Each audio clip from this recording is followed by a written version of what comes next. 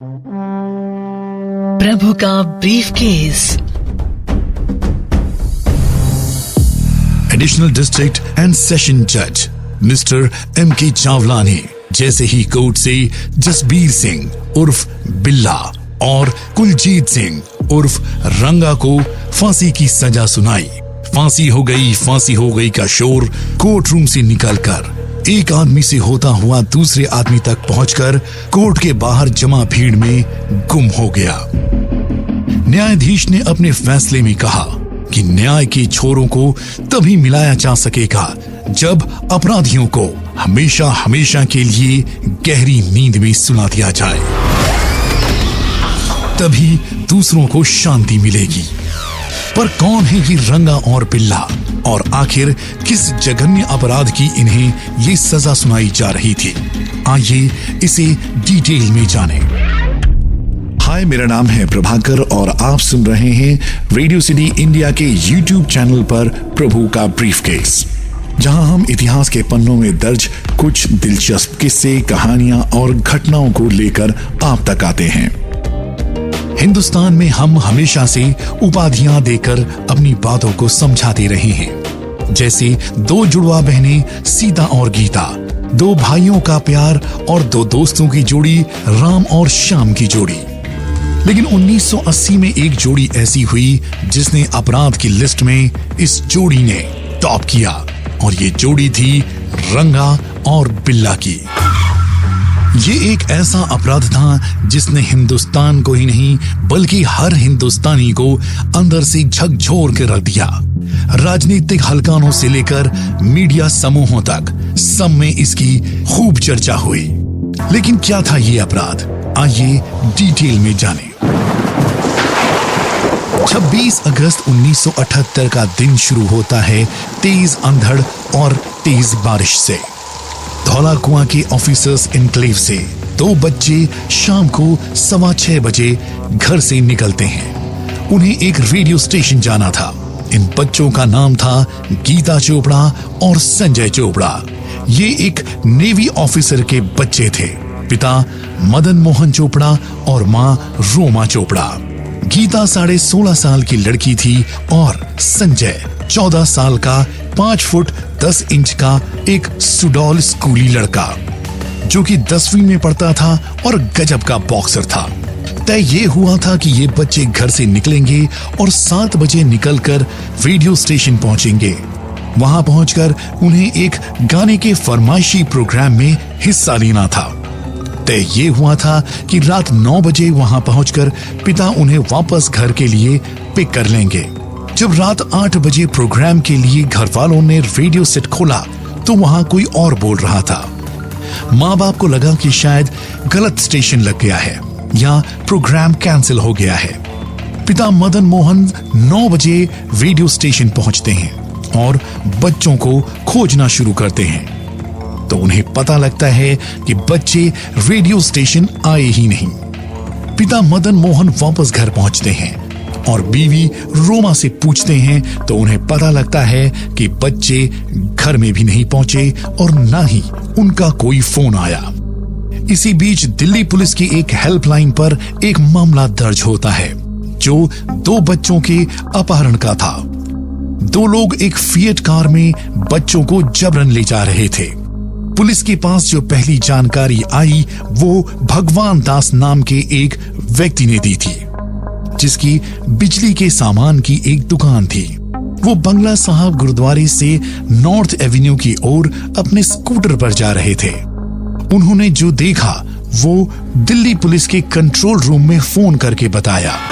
उन्होंने बताया कि नींबू के कलर की एक फिएट गोल मार्केट चौराहे के पास से गुजरी है, जिसकी पिछली सीट पर 2 टीनेजर बच्चे हैं, जिनमें एक लड़की है जो मदद के लिए चिल्ला रही है और एक लड़का है।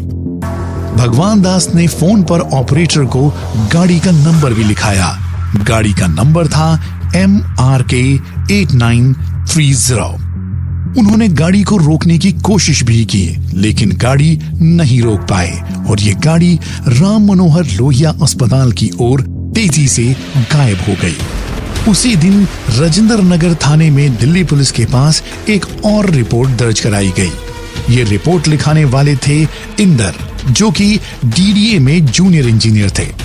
उन्होंने बताया कि शाम 6:30 बजे के करीब लोहिया अस्पताल के पास एक तेज रफ्तार कार उनके स्कूटर के पास से गुजरी। गाड़ी में 2 लोग बैठे हुए थे, जिसमें एक लड़का और एक लड़की थे, जो पिछली सीट पे थे। लड़की मदद के लिए चीख रही थी, सो उन्होंने गाड़ी का पीछा किया और चौराहे पर जब गाड़ी धीमी हुई तो उन्होंने पास जाकर पूछा कि भाई आखिर ये हो क्या रहा है। अंदर का सीन जो उन्होंने देखा उसके मुताबिक लड़का अपनी खून में भीगी शर्ट और कंधे की ओर इशारा कर रहा था, वहीं लड़की कार ड्राइवर के बाल खींच रही थी। ड्राइवर एक हाथ से गाड़ी चला रहा था और दूसरे हाथ से लड़की को मार रहा था। इसी बीच इंदर गाड़ी का पीछा करते हैं, लेकिन गाड़ी तेजी से लाल बत्ती को तोड़ते हुए आगे गुम हो जाती है।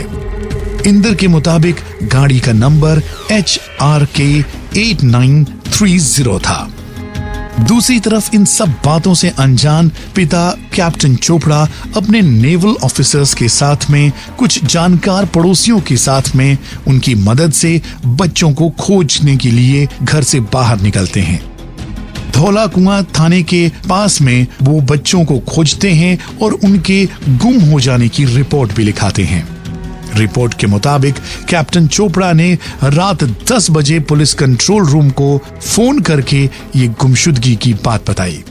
15 मिनट बाद पुलिस की गाड़ी उनके घर पहुंचती है और कैप्टन चोपड़ा को लेकर हर वो पॉसिबल जगह पर जाते हैं जहां पर बच्चे मिल सकते थे, जैसे कि अस्पताल, उनके दोस्तों के घर और यहां तक कि रेस्टोरेंट, लेकिन बच्चे उन्हें नहीं मिलते। अब तक कैप्टन चोपड़ा को यह शक होने लगता है कि उनके बच्चों के साथ हो ना हो कोई अनहोनी जरूर हुई है और उनको रिज के आसपास के एरिया पर शक होना शुरू होता है। उस समय रिज एक वही पास की जगह थी जहां पर डीडीए के इंजीनियर इंद्रजीत ने आखिरी बार उस कार को देखा था और सारा का सारा कॉम्बिंग ऑपरेशन अब रिज के एरिया के आसपास शुरू हो जाता है। ये वो टाइम था जब दिल्ली पुलिस ने किडनैपर्स या फिर बच्चों के कोई भी सुराग देने वाले को 2000 रुपए की घोषणा भी कर डाली थी। 30 से ज्यादा पुलिस वालों की गाड़ियां, 140 से ज्यादा पुलिस वाले और ढेरों नेवी के ऑफिसर्स बच्चों को पूरे दिन दिल्ली के आसपास के एरिया में और दिल्ली में खोजते रहे, लेकिन उन्हें कोई सफलता नहीं मिली। रिज के आसपास के एरिया में भी जब सर्च ऑपरेशन शुरू हुआ तो यह इतना आसान नहीं था, क्योंकि यहां पर पहले ही बहुत बारिश हो चुकी थी और ये घने जंगल सा एरिया था। 29 अगस्त के दिन रिज के एक एरिया के पास में एक चरवाहे को एक लड़की की लाश मिलती है। ये लाश गीता की थी, जो सड़क से 5 मीटर दूर पर पड़ी हुई थी। चरवाहे ने पुलिस को बताया और कंट्रोल रूम को मैसेज भेजा गया। पुलिस वाले वहां पहुंचे और उन्होंने अपनी तलाश शुरू की। गीता से 50 मीटर की दूरी पर संजय की लाश भी झाड़ियों में मिली। घर वालों ने शिनाख्त की और माना कि ये संजय और गीता ही थे। उनकी लाश उनके घर से तकरीबन 4 किलोमीटर की दूरी पे थी। संजय के पास जेब में पैसे भी थे और गीता के हाथ में उसकी अंगूठी भी थी, जिससे पुलिस ने यह माना कि इनकी हत्या किडनैपिंग या लूटपाट के इरादे से नहीं हुई थी। डेड बॉडीज सड़ना शुरू हो चुकी थी। पोस्टमार्टम के रिपोर्ट के मुताबिक उस समय उनके शरीर पर कई घाव थे, यहां तक कि 9 इंच गहरे घाव। संजय, जो कि एक मजबूत फौजी का बेटा था, अच्छा बॉक्सर था, उसने भरपूर विरोध किया था। उसकी देह पर 25 से ज्यादा घाव थे। ऑटोप्सी की रिपोर्ट के मुताबिक गीता के साथ कोई रेप नहीं हुआ था और आधिकारिक तौर पर डॉक्टर्स ये बताने की हालत में भी नहीं थे कि रेप हुआ है भी कि नहीं, क्योंकि गीता की बॉडी डिकम्पोज होना शुरू हो चुकी थी। इस घटना का असर इतना ज्यादा हुआ, इतना रोष फैला कि लोकसभा में उस दिन खूब हंगामा हुआ। शेम शेम के नारे भी लगे और ये घटना सबको चौंकाने वाली और बड़ी ही दुखद घटना थी। इसके बाद लोकसभा और राज्यसभा में खूब हंगामा हुआ। प्रधानमंत्री मोरारजी देसाई के इस्तीफे की मांग भी शुरू हो गई। लोगों में गुस्सा इतना अधिक था कि लोगों ने दिल्ली पुलिस कमिश्नर के घर पर भी जाकर विरोध और अफसोस जाहिर करना शुरू कर दिया। इसका असर ये हुआ कि राजेंद्र नगर थाने के पुलिस ऑफिसर्स को और पुलिस अधिकारियों को सस्पेंड कर दिया गया। देश भर में ये खबर और इस अपराध की घटना आग की तरह फैल गई थी। लोगों में गुस्सा इतना ज्यादा भड़क गया था कि स्टूडेंट्स प्रोटेस्ट पर उतर आए थे। वो दिल्ली के बोट क्लब पे पास पहुंचकर प्रोटेस्ट कर रहे थे। ये प्रोटेस्ट दिल्ली कमिश्नर के घर तक भी पहुंच गया था और पुलिस के खिलाफ हर जगह नारे लग रहे थे। उस समय एक्सटर्नल अफेयर्स देखने वाले मंत्री अटल बिहारी वाजपेयी भी वहां पर पहुंचे और उन्होंने प्रोटेस्ट कर रहे स्टूडेंट्स, स्पेशली लड़कियों से बात करने की कोशिश की। तभी स्टूडेंट्स की भीड़ उग्र हो गई और पथराव शुरू हो गया, जिससे एक पत्थर आकर अटल बिहारी वाजपेयी जी के सर पर लगा और उन्हें गहरी चोट आई। उस दिन वो पट्टी बांधकर लोकसभा में पहुंचे। अगले ही दिन इस घटना की जांच क्राइम ब्रांच से लेकर सीबीआई को सौंप दी गई। लेकिन आखिर ये अपराध करने वाले रंगा और बिल्ला थे कौन? पुलिस उस समय कुछ ज्यादा बोल पाने में सक्षम नहीं थी। मीडिया में भी कुछ ज्यादा चीजें निकल कर नहीं आ रही थी। लेकिन फिंगरप्रिंट्स, फॉरेंसिक रिपोर्ट, ये सब के सब इशारा कर रहे थे कि इसमें जिसका हाथ है उसका नाम है बिल्ला। बिल्ला मतलब जसबीर सिंह और उसका साथी रंगा खुस, जिसका असल नाम कुलजीत सिंह रंगा था। कुलजीत सिंह पहले एक ट्रक ड्राइवर हुआ करता था, जो बाद में मुंबई में टैक्सी चलाने लगा। दोनों वहां पर मिलकर छोटे मोटे क्राइम्स करते थे और बिल्ला इससे पहले ठाणे की जेल से भाग भी चुका था। बड़ी मशक्कत के बाद ये दोनों क्रिमिनल्स दिल्ली पुलिस के हाथ लगते हैं, लेकिन 8 सितंबर 1978 में ये उस वक्त पकड़े गए जब ये कालका मेल में चढ़ चुके थे। पुलिस इनको पकड़ने के लिए एड़ी चोटी का जोर लगा चुकी थी। इन दोनों से यानी रंगा और बिल्ला से सिर्फ गलती ये हो गई कि ये कालका मेल के उस बोगी में चढ़ गए जो कि सैनिकों के लिए रिजर्व रखी गई थी।